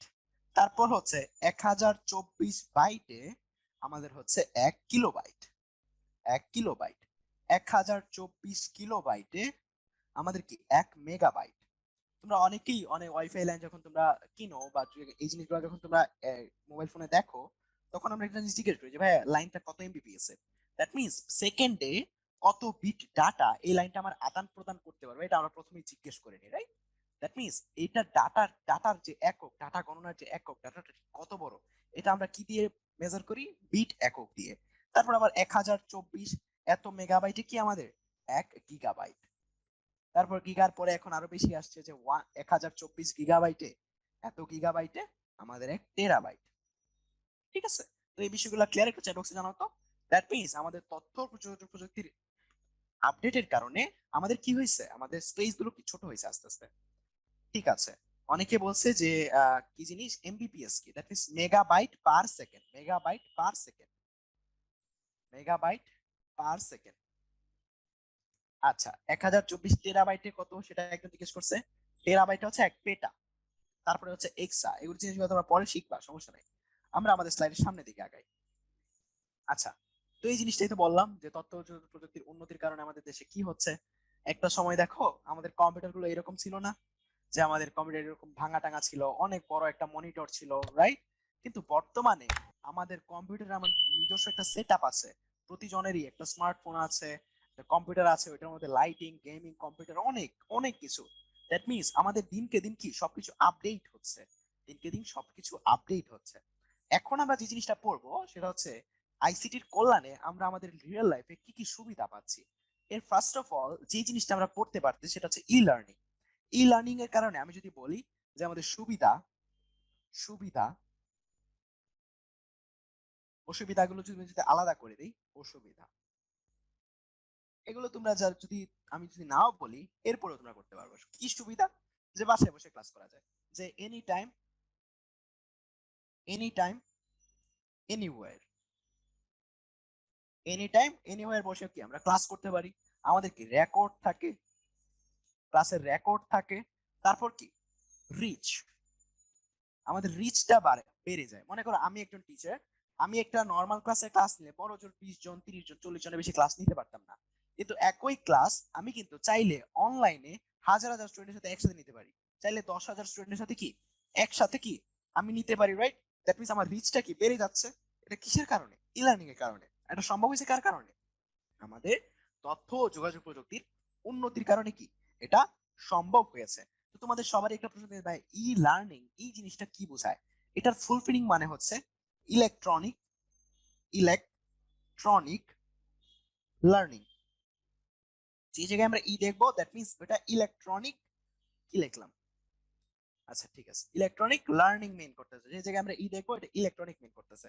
দ্যাট মিন্স আমরা শিক্ষাটা গ্রহণ করতেছি কি একটা ইলেকট্রনিক মাধ্যমে। আমাদের কম্পিউটার, ল্যাপটপ, ফোন, ওগুলা কি একটা ইলেকট্রনিক ডিভাইস। দ্যাট মিন্স আমরা যাই পড়তেছি ওইটা একটা ইলেকট্রনিক ডিভাইসে পড়তেছি। ক্লিয়ার? ওই জিনিসটা বলা ই লার্নিং। অসুবিধাগুলো কি কি? অনেক অসুবিধা আছে। ইন্টারেকশন কম। যেমন একটা লাইভ ক্লাসে যেমন তোমাদের সাথে আমি ইন্টারেক্ট করতে পারতাম, তোমাদের চেহারাটা দেখতে পারতাম, ওই ইন্টারেকশনটা কম। আমি এখানে কি লিখতে পারি? ইন্টারেকশন কম, ইন্টারেকশন কম। তার সাথে আর কি কি অসুবিধা আছে বলতো? আর অসুবিধা হচ্ছে তোমরা পার্সোনাল কনসালটেন্সি নিতে পারতেছো না। মনে করো যে তুমি পার্সোনাল ভাবে কিছু একটা না বুঝতে পারলে কি করতে পারতা? আমাকে সরাসরি এসে টিচার্স রুমে এসে জিজ্ঞেস করতে পারতা। ওই পার্সোনাল কনসালটেন্সিটা পাচ্ছ না, পার্সোনাল কনসালটেন্সিটা পাচ্ছ না।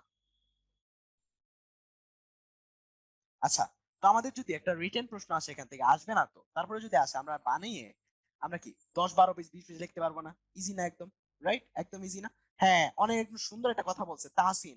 আই প্রবলেম, আমাদের সবারই আই প্রবলেম হচ্ছে এই অনলাইন যুগে যাওয়ার কারণে। করোনা আসার পর, প্যান্ডেমিক আসার কারণে সবাই অনলাইনে চলে যাচ্ছে, সারাদিন ল্যাপটপের সামনে বসে থাকি। আমাদের কি চোখের সমস্যা হচ্ছে। দ্যাট মিন্স আমাদের চোখের সমস্যা হচ্ছে, এটা কি আমরা হেলথ, একটা হেলথের একটা প্রবলেম আমরা বলতে পারি, রাইট? এরকম আমরা অনেক কিছু লিখতে পারবো।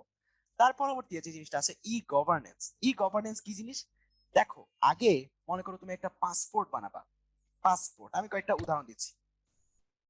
আগে একটা পাসপোর্ট বানাইতে চাইতো, তোমায় কি করতে হইতো? পাসপোর্ট অফিসে যাইতে হইতো, 3 থেকে 4 মাস তোমাকে লেগে যাইতো। কিন্তু বর্তমানে সেম কাজটাই কি তুমি অনলাইন করতে পারতেছো, সেম কাজটাই কি তুমি অনলাইন করতে পারছো কিসের কল্যাণে? ই গভর্নেন্স মিন্স এই আইসিটিটা আমাদের গভর্নেন্সে বা আমাদের সরকারি অধিদপ্তরগুলোতে কতটুকু ইম্প্যাক্ট ফেলছে, এই জিনিসের সংখ্যায় বলা হয় ই গভর্নেন্স।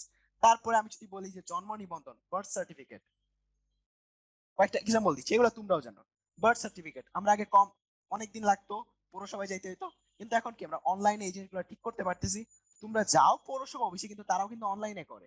তারপর হচ্ছে এনআইডি কার্ড আগে আমাদের বানাইতে হইতো, কিন্তু এখন কি আমরা অনলাইনেই করতে পারতেছি, কিন্তু তোমাদের যাইতে হচ্ছে কিন্তু সেই অফিসেই। কিন্তু আগে যে জিনিসটা মনে করো ঢাকায় নিয়ে আসা লাগতো, এই জিনিসটা কি ওই তোমাদের প্রত্যন্ত একটা অঞ্চলের ইউনিয়ন পরিষদে বসে কি ঢাকার কাজটা কি করে ফেলা যাচ্ছে। তো এটা কি মিন করে এই জিনিসটা একটু বুঝবো। এটার বাংলা দেখো তো কি, E permit, that means electronic permit. Permit মানে কি কোনো একটা জিনিসের পারমিশন দেওয়া, রাইট? কোনো একটা জিনিসের পারমিশন দেওয়া। এটার কিছু একটা এক্সাম্পল আছে। মনে করো যে তুমি গভর্নমেন্টের কোনো একটা পারমিশন নিতে চাচ্ছ, এটা আগে কি অনেক লেন্দি একটা প্রসেস ছিল, তোমার একটা অ্যাপ্লিকেশন করতে হতো, তারপর গভর্নমেন্ট সেটা কি যদি পারমিশন দেয় তখন তুমি এই পারমিটটা পাইতা। কিন্তু এখন সেম পারমিশনটা তুমি কিন্তু চাইলেই তুমি অনলাইনে করতে পারতেছো, অনলাইন। কিন্তু এই জিনিসটা আমরা অনেকেই বুঝি না যে ভাই ই পুরজি জিনিসটা কি। তো পুরজি যে ওয়ার্ডটা আছে না, এটা একটা পুরনো ওয়ার্ড, এটা একটা পুরনো ওয়ার্ড। দাঁড়াও, বানান ভুল লাগছে।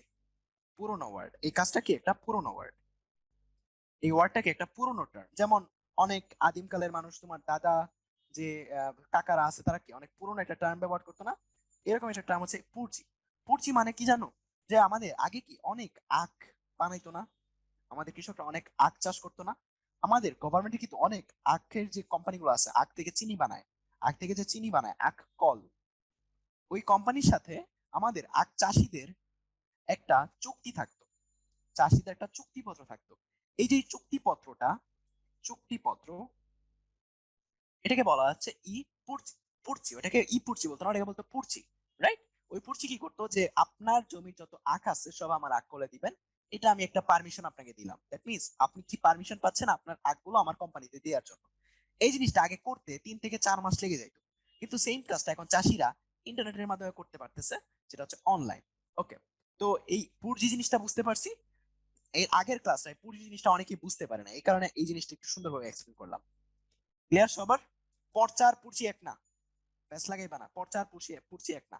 ওকে, একদম ক্রিস্টাল ক্লিয়ার। তারপর আছে ইএমটিএস। এখন ইএমটিএস মানে কি জানি আমরা? ই মানে তো জানি electric, electric, electronic, sorry electric লিখলাম, ইলেকট্রনিক, ইলেকট্রনিক। আমি একটু ইরেজ করি এই জিনিসটা। Electronic, electronic, electronic.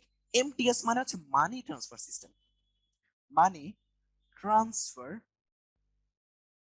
সিস্টেম।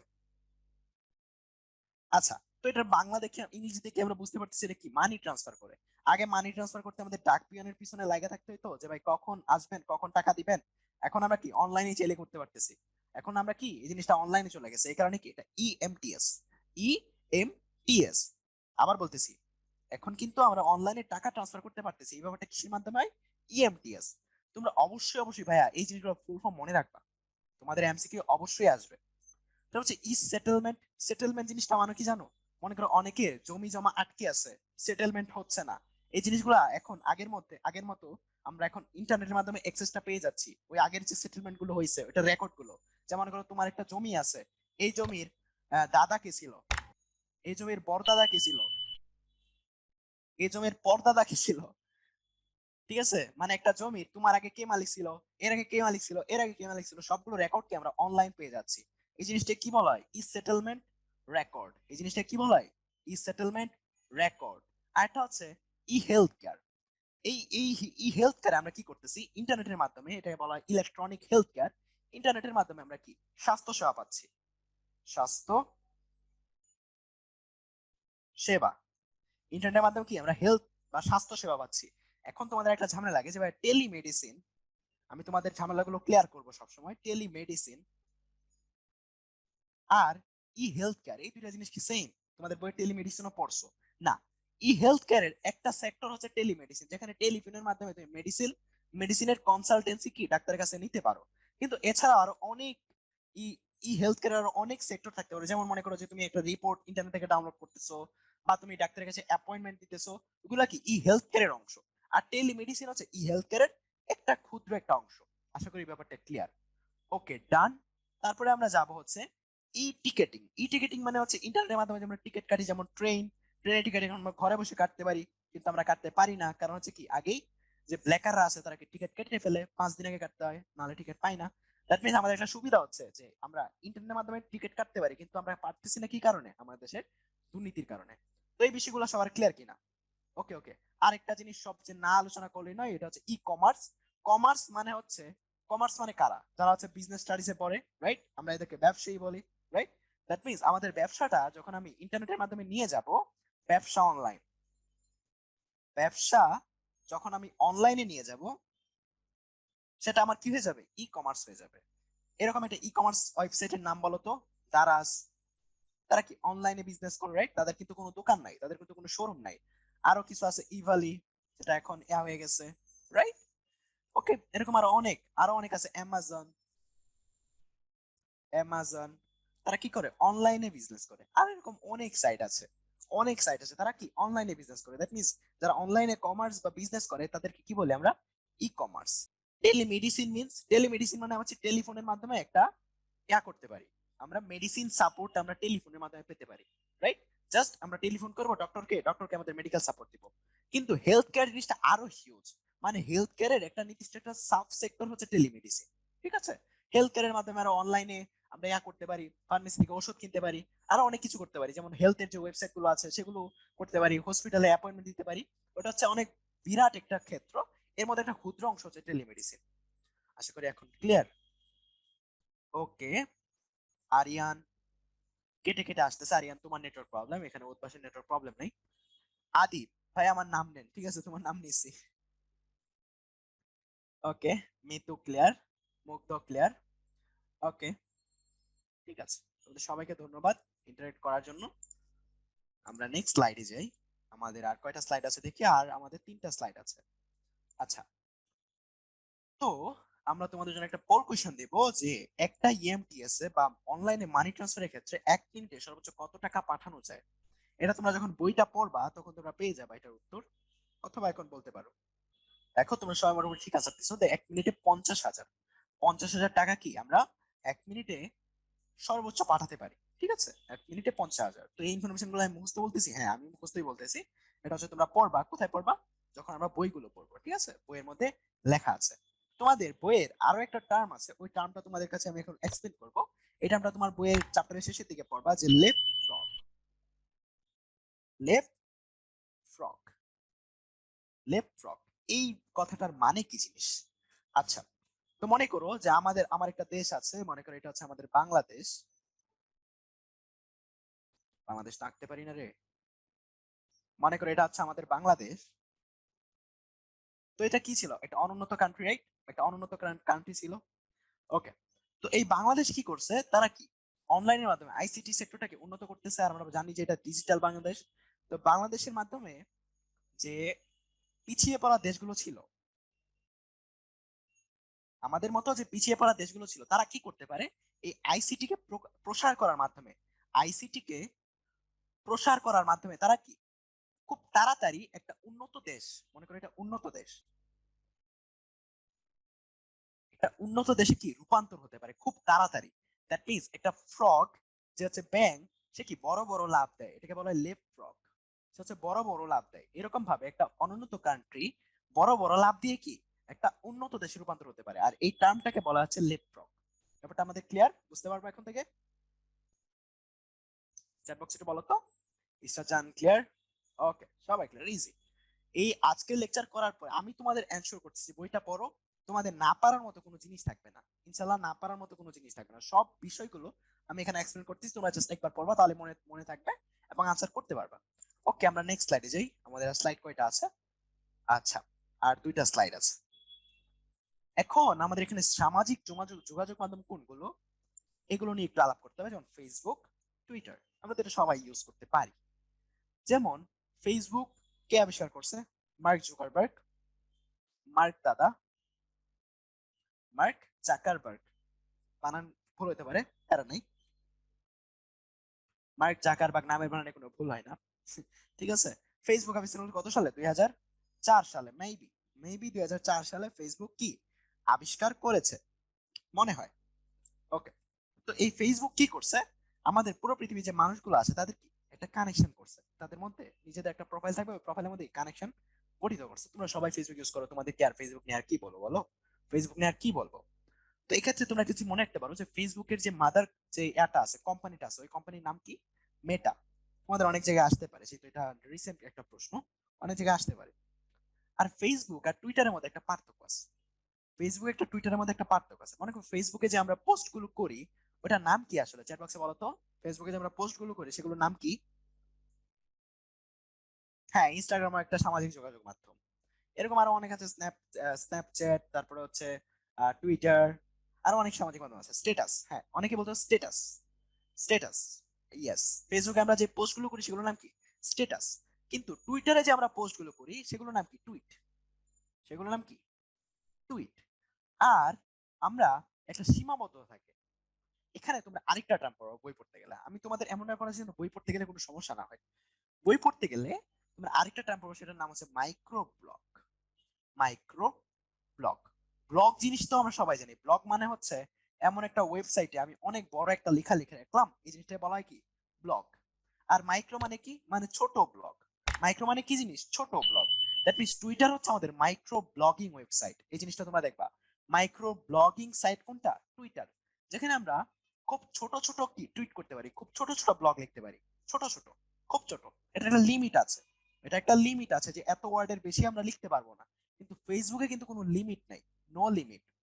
তুমি স্ট্যাটাস দিতেছো, একটা কাহিনী লিখতেছো, যে অমুক প্রেমিক প্রেমিকার কাহিনী, তুমি কিন্তু সারাদিন লিখতে পারবা, কোনো তোমাকে বাধা দেবে না। কিন্তু টুইটারে একটা লিমিট আছে। তো আমরা যদি তোমাদেরকে বলি যে এই টুইটারের লিমিটটা কত, কত শব্দের, এই পোলটা একটু তোমরা আনসার করো তো, যে এই টুইটারের লিমিটটা কত। আচ্ছা, আমি পোলটা ইন করি। আচ্ছা, তো আনসারটা হচ্ছে 140। আমরা টুইটারে 140 ওয়ার্ডের বেশি আমরা লিখতে পারি না। 140 যে বর্ণ আছে, এই বর্ণের বেশি, অক্ষরের বেশি আমরা লিখতে পারি না। ঠিক আছে, ওকে। তা আমাদের এই জায়গায় আরেকটা জিনিস মনে রাখতে হবে যে টুইটার আর ফেসবুকের পার্থক্য কি? পার্থক্য হচ্ছে যে টুইটারে আমাদের একটা লিমিটেশন থাকে, ফেসবুকে কোনো লিমিটেশন থাকে না। আরেকটা পার্থক্য কি? টুইটার হচ্ছে আমাদের মাইক্রো ব্লগিং ওয়েবসাইট, কিন্তু আমাদের ফেসবুক কিন্তু এরকম না। ওকে, এক্ষেত্রে আমাদের আরো কিছু জিনিস আমাদের শিখতে হবে, যে ফেসবুকের বর্তমান ইউজার কত, এই জিনিসটা আমাদের মনে রাখতে হবে। আমাদের বইয়ে ইনফরমেশনটা দেওয়া আছে যে বর্তমান ইউজার হচ্ছে 2.7 এত বিলিয়ন, এত বিলিয়ন। আর আমরা কি জানি যে 10 মিলিয়নে, 10 মিলিয়নে 1 বিলিয়ন, আর 10 মিলিয়ন কি? 10 লাখে 1 মিলিয়ন। তো এত মানুষ কি আমাদের ফেসবুক ইউজ করতেছে। তোমাদের আরেকটা টার্ম আছে তোমাদের বইয়ে, যে ডিজিটাল সিগন্যাল আর অ্যানালগ সিগন্যাল। তো ডিজিটাল সিগন্যাল মূলত হয়, অ্যানালগ সিগন্যাল হচ্ছে এরকম একটা কার্ভের মতো, একটা নদীর ঢেউয়ের মতো, এটা কি বলে? অ্যানালগ, অ্যানালগ সিগন্যাল বলে। আর ডিজিটাল সিগন্যাল গুলো হচ্ছে আমাদের এইরকম, যে এখান থেকে উঠবে নামবে, উঠবে নামবে, উঠবে নামবে, এরকম ভাবে চলবে আমাদের ডিজিটাল সিগন্যাল গুলো। আচ্ছা, তো আমাদের কম্পিউটার বুঝে মূলত জানো কি? কম্পিউটার বুঝে অন আর অফ। আমাদের কম্পিউটার কি দিয়ে তৈরি? Electrical circuit. এই জিনিসটা কিন্তু মজা পাবো অনেক। আমাদের কম্পিউটার কি দিয়ে তৈরি? ইলেকট্রিক্যাল সার্কিট দিয়ে তৈরি। অর্থাৎ সে বুঝে হচ্ছে অন আর অফ, এছাড়া সে কিছু বুঝে না। সে আছে হলো কারেন্ট আছে, ইলেকট্রিসিটি, ইলেকট্রিসিটি আছে, ইলেকট্রিসিটি নাই, এই জিনিসটাই সে বুঝে। আর এই জিনিসটাকে ডিটারমাইন করা হচ্ছে জিরো, একটা ওয়ান দিয়ে, আছে কেউ ধরা হচ্ছে ওয়ান দিয়ে, আর কারেন্ট নাই এই জিনিসটা ধরা হচ্ছে জিরো দিয়ে। কম্পিউটার মতো জিরো আর ওয়ান দিয়ে কি সব কিছু করে। স্ক্রিনে দেখতে পাচ্ছ এটাও জিরো আর ওয়ান দিয়ে চলতেছে। তুমি কোনো কিছু ক্যালকুলেট করছো, এটাও জিরো ওয়ান দিয়ে চলতেছে। কিরকম ভাবে চলতেছে একটা এক্সাম্পল দিই। মনে করো তোমার স্ক্রিনটা যে তৈরি অনেকগুলো ছোট ছোট ছোট ছোট ছোট ছোট এলইডি দিয়ে তৈরি। মনে করো যে তোমার স্ক্রিনে প্রায় মনে করো যে কোটি কোটি এলইডি আছে, কোটি কোটি ছোট ছোট বাল্ব আছে। ওইগুলোর জিরো আর ওয়ান, ওয়ান যেগুলোর মধ্যে ওয়ান আছে ওইগুলো কি, ওই বাল্ব গুলো জ্বলে আছে যে কারণে ওই জায়গাটা সাদা দেখতেছো। আর যেগুলো জিরো, ওই জায়গাটা অন্ধকার দেখতেছো, মানে ওই বাল্ব গুলো কি জ্বলে নাই। ঠিক আছে, দ্যাট মিনস আমাদের কম্পিউটার কি কাজ করে? জিরো আর ওয়ান দিয়ে কাজ করে। দ্যাট মিনস অন আর অফ। যখন ওয়ান হয় তখন আমাদের সিগন্যালটা এরকম হয়ে যায়, আর যখন জিরো হয় তখন আমাদের সিগন্যালটা একদম লেভেলে থাকে। আর অ্যানালগ সিগন্যাল আমাদের পড়তে হবে না, যেখানে হচ্ছে ফ্ল্যাকচুয়েট করে, মানে জিরো আর ওয়ান এর মধ্যেও আরো যে নাম্বারগুলো আছে সেগুলোর মধ্যে ফ্ল্যাকচুয়েট করে। যেমন আমরা অ্যানালগ ঘড়ি দেখতে পারি আর ডিজিটাল ঘড়ির সাথে তুলনা করতে পারি।